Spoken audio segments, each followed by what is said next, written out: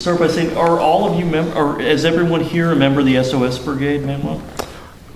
Pretty much. I think everybody is on the mailing list, right? That's Matt McHenry, that's Stephen Lynch, O.J. Cannell, the president, Marin, who's been on the first leafletting tour with us, it's Kat, and of course that's Chris.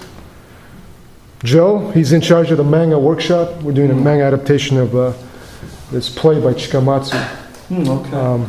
Great Japanese playwright of the early modern period. And we read his play, Love, Suicide, Sonozaki, and they're doing a freestyle, like a steampunk adaptation.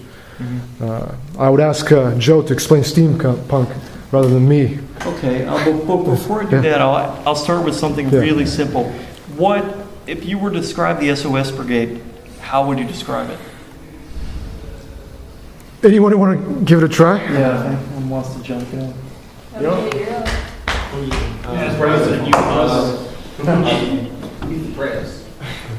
I think that it's probably something different for everyone, to be honest. For me personally, I think of it as an alternative arts initiative. I think that it's a place where people can go to make their voices heard. I think all of us members have very different ideas about what art is. We have very different talents, very different ways of expressing our creativity, and that's what the SOS is. It's an opportunity for us to express that where we wouldn't be able to do so otherwise. Now, how did it get started?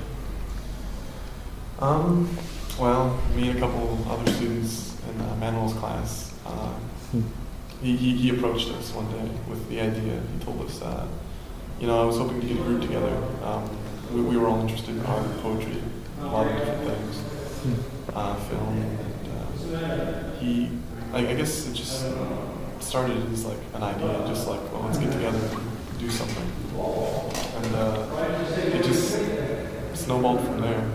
It's kind of hard to explain. It's a little non sequitur, but. So what class was that? Modern Japanese history. Oh. It's my first semester teaching at Bowling Green. Really? And bam, these guys, were like OJ. We went out for dinner one time, and he started to talk about his work, his novella. I'm like, shit, I got to read this. So one time, one of our other member, Jake Reed, read it aloud. Yeah, I bet you. Yeah, he read the first in the miso soup, at this particular gathering, open mic, and so I listened to it. It was pretty good. It was the earlier version of the manuscript, and then I think the idea was just simply to get people together to do stuff to to enjoy art, enjoy life, find ways of doing whatever. It was kind of a open-ended thing. Shooting movies in Montreal. I'm in the middle. That's right. Of finishing some work here, Brian. Good. Talk to that mic. But so how long ago? When did this get started? About a month ago? No. About a month ago. Month and a half ago. Okay. The first week of the semester, so it was probably the last week of September. Now, I know that you guys are putting together footage for a documentary. What other projects have you talked about? What's in the future? Well, like you said earlier, Joe's working on a manga workshop, adapting a classic Japanese play into a graphic novel type format. Personally, I think one of the first things me and Manuel discussed, we wanted to come up with some sort of maybe monthly publication, something we could distribute independently with serialized works in it. Like say, we were interested in doing my novel, doing essays from by members, things like that. Just anything that anyone's written or created that they want to include. So, for example, one thing we're doing right now is what's called a cell phone novel. In Japan, of course, the cell phone novels, when people write these serial novels on the cell phone, has become very popular. So we're doing this online on the blog. And right now I think it's taking a twist and turns in the realm of vampires and metaphysics and all that kind of stuff. But maybe Joe can, tell you a little bit about the manga workshop. Well, right now we're me and Kat over here, then some others we're putting together. And Matt, he's part of Matt and Steven are part of the adaptation team. Sure. We're putting together the graphic novel manga influenced Sonozaki Lovers, which is a story of a double suicide. Kind of like Romeo and Juliet, but it's a traditional Japanese bunraku play, which is the traditional Japanese puppet theater. So we're taking it, and not like the Leonardo DiCaprio's version of Romeo and Juliet. We're kind of adapting it, but do something entirely different. You have the same idea where you have the pure love and the intimacy between the two characters, but we want to take it one step further and show that progression into the double suicide. And so we were kind of playing around with some ideas, and we thought, well, kind of interesting if we threw some steampunk influences, and steampunk would be anything from Steam Boy, which is an anime, to Atlantis, which is, I heard, would be considered steampunk. It's the idea where you have, technological stuff, but they don't have the means to, technological weapons, technological ships, stuff like that, but they don't have the means to use them. You use mostly steam. So it's usually the idea, you have machines mixed in with, the 1900s, even late 1800s type style. So that's one thing we're trying to do. And we want to kind of create it. It's just going to be one-shot type series, not even a series, it's just going to be one-shot type, probably about 80 pages. But we want to be as creative as possible, explore different avenues. That's one thing we thought with the SOS is it's a place where you can explore your own creativity and advance your own creativity. So that's why, like, everyone who's part of the team, I know me, Kat, and someone who's not here named David, we're part of the art department. And then, like I said, Matt and Steve are part of the adaptation. We're all working closely together to put this, from just, from our thoughts into actually onto paper, and then onto the publication.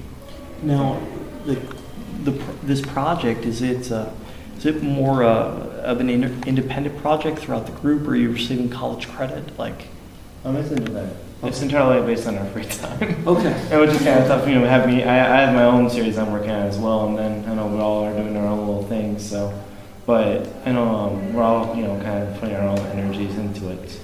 And it's part of the SOS Brigade, but it's also its own entity in itself. Sure. That's what we are on projects to have. They have, the main nucleus, it is the SOS Brigade, but, different projects are going to be headed by different people. Sure. And so that's what we want to get to, I think. I think that's what our manifesto still said, I believe. So. For example, Chris Ilse and Joe Martin, even though this is not part of SOS, they just made a film together, a 48-hour film contest, and they won first prize, their short film, Fingers. And so they're doing this kind of stuff on their own, and whenever we can synergize or do stuff, back and forth in different things, we just do. It's almost like there's an ad hoc, spontaneous quality about it. And So does any of it take place in your classroom, or is it all outside that arena, I guess?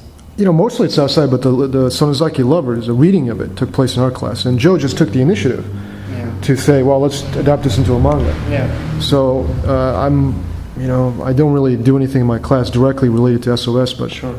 Apart from making announcements about the open mics and so on. But basically it's a free, autonomous set of activities outside a classroom. One of the projects we're doing, actually, a series of video interviews. That's the reason why I was asking you earlier about doing an interview with you. Sure. And also, we also have an acting workshop every week. And Matt is a member. OJ was there last week. Stephen Lynch. And Kat was also there in the first week. And we do stuff like improv, basically, and read aloud Shakespeare, because there's a Thursday night open mic at BGSU. Yeah, you were telling me about that. How is that going? It's going pretty well. It's actually sponsored by an organization called Freedom, and we use it as a forum to do our own stuff. And last week we read the Romeo and Juliet in both English and Japanese. And OJ, of course, read from his novella, The Wedding Ring. And we were trying to use the acting workshop as a vehicle to get people's character and write a script out of which we'll most likely make an independent film, a short film, possibly a mid-range length, we don't really know. We just set up last week in the process of doing a creative writing workshop. Poets and writers and people want to do maybe sketches or skits for the Thursday night open mic. We're working on that.